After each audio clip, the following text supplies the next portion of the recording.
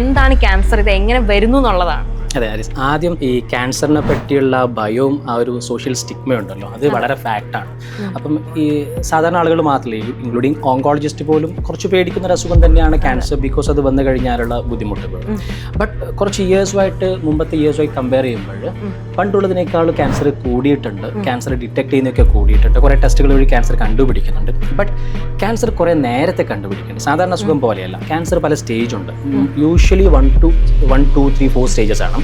അപ്പം നേരത്തെ സ്റ്റേജിൽ കണ്ടുപിടിച്ച് കഴിഞ്ഞാൽ കംപ്ലീറ്റ് ആയിട്ട് മാറാവുന്ന സാധ്യത ഉണ്ട്.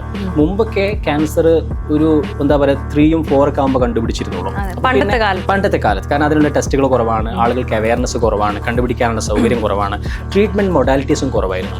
അന്നൊക്കെ വളരെ ഡ്രെഡഡ് പ്രോബ്ലമാണ് ഈ ക്യാൻസർ എന്നുള്ളത്. ബട്ട് അതിൻ്റെയൊക്കെ ആ ഒരു എന്താ പറയുക അഗ്രസീവ്നെസ് ഒക്കെ കുറഞ്ഞിട്ടുണ്ട്. ക്യാൻസർ നേരത്തെ കണ്ടുപിടിക്കുന്നു, നേരത്തെ ട്രീറ്റ്മെൻറ്റ് എടുക്കാൻ പറ്റുന്നുണ്ട്, കുറേ മൊഡാലിറ്റി ട്രീറ്റ്മെൻറ്റ് വന്നിട്ടുണ്ട്. അപ്പോൾ കുറേയൊക്കെ ക്യാൻസർ നമുക്ക് കംപ്ലീറ്റ് ആയിട്ട് ട്രീറ്റ്മെൻറ്റ് കൊടുക്കാൻ പറ്റും.